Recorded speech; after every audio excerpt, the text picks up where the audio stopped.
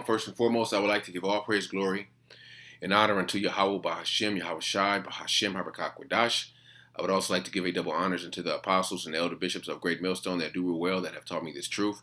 And I would also like to say a sincere shalom unto the hopeful elect, unto the scattered elect that are scattered throughout the four winds of the earth, unto the true and sincere brothers that are out there prophesying and laboring in this truth and in this doctrine. Unto you I say shalom. He wants to do away with everything, even humanity. All right, this devil, he wants to do away with any and everything. Okay, if he doesn't have ultimate control of it. Okay, and this is a part of the New World Order agenda. This is part of the transhumanism agenda. This is part of the mark of the beast agenda that Esau is attempting to fulfill. All right, and I got a clip from this Edomite Peter Thiel, who he was the founder of PayPal. He was a CEO of eBay. He has, and he was a heavy investor in Facebook, so he's an insider. Okay, he's a puppet for the New World Order. All right, he was one of those tech billionaires that was at Trump's inauguration. So his plans and the plans of Elon Musk, the the Zuckerbergs of the world. This is how they think. Okay, they've been they're just really puppets for the wicked elite. Okay, and this is their agenda. I'm going to play you this video. I guess this guy it's a short video. It's Peter Thiel and the New York, I guess a writer from the New York Times, and he's interviewing them. And it cuts off, but just the thoughts that these devils have, and that they want to accomplish, what they're going to attempt to accomplish through transhumanism, through merging man with machine. It gives you a glimpse of what these devils think, and also what these devils think of you, as far as humanity, humanity as a whole. So let me play it real quick. It ain't that long. You've been doing great so far. Just some layup questions ahead, and let's bring this home. I think you would prefer the human race to endure, right? No way. You're hesitating. Yeah, well, yes. I don't know. I would. Yeah. Yes. The answer is yes. This is a long hesitation. This is a long hesitation. There's so many questions implicit Should in this. the human race survive? Yes. The only answer is yes. Yes. Great. But fuck. I also would like us to radically solve these problems. Right. And just a quick pause. The only problem with the world is Esau. All right, the wicked of the world that's currently ruling right now. Okay, that has the resources to. Well, they have the resources to fix this place. Okay, to live righteously. Okay, to fix the earth, but they don't do it. They have the resources to do it, but they use the resources to do wickedness. Okay, and like I said, Esau is the issue with the world, the issue with the planet. All right, let me grab a quick precept while I, it's something that came to my head real quick. Actually, it's Proverbs 29, and 2. When the righteous are in authority, the people rejoice, but when the wicked beareth rule, the people mourn. And it's clear that the majority of the people in the world are mourning. Okay, so let me finish playing this. I'll start it back right here, real quick. yes. Great. But fuck. I also would like us to radically solve these problems. Right. And so What is he talking about? Yeah, transhumanism. Human natural body gets transformed into an immortal body. And there's a critique of, let's say, the trans people in a sexual context, or a transvestite is someone who changes their clothes and cross-dresses. We want more than cross-dressing or changing your sex organs. We want you to be able to change your heart and change your mind, your whole body, and then Orthodox Christianity. So you get the thought of what these devils are planning and what they're trying to do. And ultimately, they're trying to get back the birthright. They feel if they can live forever, they can get a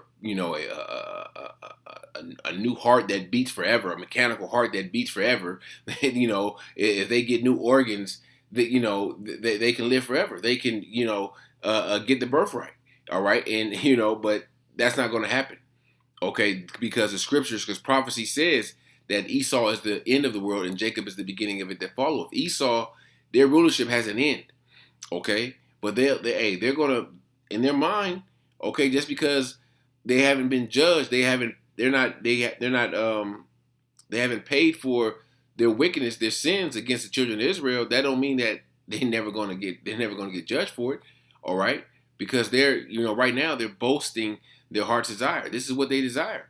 All right, and they're gonna accomplish it. At a small scale, but and at the end of the day, but they're not gonna see the whole thing. They're not gonna see this thing mature until where they could live forever, to where they ultimately fulfill the new world order. All right, this is Psalms 10:2.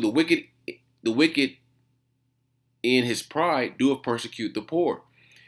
Let him be taken in the devices that he have imagined. For the wicked boasteth of his heart's desire, and blessed the covetousness whom the Lord abhorreth. All right, so these devils, they boast. These things were hidden for a while. All right, this was the secret counsel of the wicked. We want to do this. We want to do this by this year. But now they're not hiding anymore. They're going out and on these different platforms and these TED talks, and they're just saying this is what we want to do. All right, like that devil, that crony for the elite, Noah Harari said, we don't have to wait for a God to come out of the sky. We can do it ourselves, and all these boastful remarks about the Most High and His Son. Okay, but like I said, they're trying to get the birthright back, because you go back to Genesis 27, all right, where Esau was Yahawah for the birthright. Actually, I like to go to the 25th chapter, because people will, you read the 27, they'll say, well, Jacob, he took the birthright. No, Esau despised the birthright. All right, that's what everyone forgets to remember. All right, in Genesis the 25th chapter, it's the last verse, 34th verse. Then Jacob gave Esau bread and pottage of lentils, and he did eat and drink, and rose up and went his way. Thus Esau despised his birthright. He despised it. All right, let's look up the word despise real quick. We all know what despise is. I just want to feel contempt and deep repugnance. All right, let me see. Despise, weakness, loath, abhor, abominate, regard with contempt. That's how Esau felt about the birthright. So the birthright was never his to begin with. Okay, let me go to the next couple of chapters, 27, and I'm going to verse 38. And Esau said unto his father, hast thou but one blessing, my father? Bless me, even me also, O my father. And Esau lifted up his voice and wept. All right, so he was already Yahawah for the birthright, because the birthright was the kingdom of heaven. The birthright was rulership, everlasting rulership. Okay, but back to the 25th verse, Esau despised the birthright. And Isaac his father said unto him, behold, thy dwelling shall be the fatness of the earth and of the dew of heaven from above. So he would have dominion, he would have rulership, and by thy sword shalt thou live, and thou shalt serve thy brother. And it shall come to pass when thou shalt have the dominion, thou shalt break the yoke off of thy neck. And the sword is how Esau is able to obtain all this power that he has right now, and able to manipulate the masses and use all this witchcraft through the power of the sword, through the power of his current blessing he's living in right now. Okay, so like I said, he's trying to get the blessing back, because he wants to rule and live forever. All right, in his mind, that's how this devil thinks. This devil thinks that he doesn't have an end. We always say this devil has a God complex. The Most High he exists. That's how Esau has, the Most High put a wicked spirit on this devil to think like that. That he is. That he had no beginning, had no end. No, Esau, you had a beginning. All right, and you're gonna have an end. And we're gonna see your end. We're witnessing your end. Okay, this is Psalms 49 and verse 11. Their inward thought is that their houses shall continue forever, and their dwelling places to all generations. They call their lands after their own names. They believe that, once they fulfill this new world order and everyone is chipped, they have dominion, they have control over all the resources, they can have control over all the people. They can, they basically just want drones to go to work and, listen and do according to what they say. This basically, Esau wants to program the masses, or just 500 million, to do what they want to do. I mean, to do what Esau wants them to do. Okay, so their generations can continue forever and ever. They're going to get bionic hearts and different mechanical organs and all this crazy shit. It ain't going to happen. Okay, because it's not going to come to pass. Thus saith the scriptures. All right, and Esau is going to use those smooth words to entice the 2/3 of our people, entice these Edomites, these heathens. That this is a new innovative thing that we could cure all these different diseases. We can cure all these different cerebral disorders. All right, those are those left hand miracles that this devil is going to but he's going to present to the masses. And you have to have spiritual eyes to see what this devil's trying to do. And if you don't, you may fall subject to one of his traps and snares. All right, this is Psalms 33 and 10. The Lord bringeth the counsel of the heathen to naught, and maketh the device of the people none effect. The counsel of the Lord shall stand forever, the thoughts of his own heart to all generations. Blessed is the nation whose the Most High is Lord, and the people whom he have chosen for his inheritance. That's talking about the Israelites. Right now, it's talking about the elect. Okay? And actually, let me see. The main point was in verse 10. But the Lord is going to bring the counsel of the heathen to naught. The Lord is going to bring this wicked left-hand counsel of Esau to naught. Okay? He's not going to fulfill it. Okay? It's like it says in Job 20, the 20th chapter, when he's about to fill his belly, the Lord is going to cast down fire and brimstone upon him. All right? Roughly paraphrasing. This is Psalms 36 and verse 4. It says, He deviseth mischief upon his bed. He setteth himself in a way that is not good. He abhorreth not evil. So this devil has all the left hand, all these, not you can say even righteous resources to try to fulfill their new world order. All right, the Lord is giving this devil the world right now, and what has he done with it? He's destroyed it. Okay, destroyed the people. Destroyed the minds of the people. Let me see. Let me grab this. Psalms 52. A lot of scriptures in Psalms. Psalm 52 and 2. Thy tongue deceiveth mischief like a sharp razor working deceitfully. Thou lovest evil more than good, and lying rather than to speak righteousness. Selah.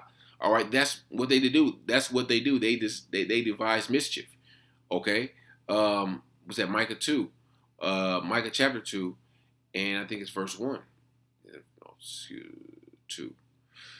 Woe to them that devise iniquity and work evil upon their beds. When the morning is light, they practice it because it is in the power of their hands. That's how they devise mischief. All right, that's how they work evil upon their beds. They got Edomites. All right, that's they have laboratories where they're thinking about how to devise mischief. All right, work evil. How to make Jake fall. How to make Jake go off. Let's see something. All right. I got another scripture. Proverbs 4 and verse 16, 17. For they sleep not except they have done mischief, and their sleep is taken away unless they cause some to fall. For they eat the bread of wickedness and drink the wine of violence. All right, and Esau's doing all this to get you to the MOTB. That's Esau's end game. Okay, you're gonna have those that are into transhumanism. They're gonna have those that the transhumanism might not be their thing, but Esau's gonna attach this current world. Everything's gonna be attached to that MOTB. And like one of the brothers said in the camp that the everyday Jake or the everyday Edomite gonna have the chip in the hand, but the rich Edomites is gonna have those brain chips. All right, the rich Edomites, okay, is gonna have this transhuman shit, with bionic arms and stuff. Okay, the ones that can afford it, and you're gonna have some you're gonna have some crash dummy niggas that is gonna sign up for a trial or something like that to appease niggas, and a nigga get on a payment plan for a bionic arm. Maybe that nigga 4 extra, the one Crip nigga that just got his fingers blew off or hand blew off. Maybe they'll test some bionic fingers for this nigga. and he'll do it, and then you have a bunch of niggas out there following after this bug out, okay? And that's just another trap to get you Jakes to take that MOTB. All right, these are all traps and snares that this devil does. All right, they're gonna present this shit like on a silver platter. Okay, let me get Revelations 13 because this is what it all boils down to: the MOTB. All right, Revelations 13 and 15, and he had power to give life unto the image of the beast, that the image of the beast should both speak and cause that as many would not worship the image of the beast should be killed, meaning cut off. You'll be ostracized from society. Okay, you won't be able to go to a store. You won't be able to, hell, get gas. You won't be able to do anything. All right, unless you bow down to that image of the beast and receive that image of the beast. All right, bowing down, that image of the beast consists of this New World Order system. All right, the beast is the Roman Empire, but in these days, it's reincarnated into this current system that Esau's building up. Transhumanism, that's a part of it. All right, one world government, one world currency, one world medicine. All right, one world religion, one world. Your thoughts have to go along with this system. All right, the LGBT, that's a part of it also. Okay, verse 16, he calleth all, both small and great, rich and poor, free and bond, to receive a mark in their right hand or in their foreheads. And that's a physical mark, all right? You look up the word mark, it's charagma, all right, which means a stamp, all right? It says a stamp to those that have that bow to the Antichrist, all right? The mark of the anti-Hamashiach, all right? The system, all right? Let me get it real quick. I think that's what it says. I'm pretty sure here, charagma.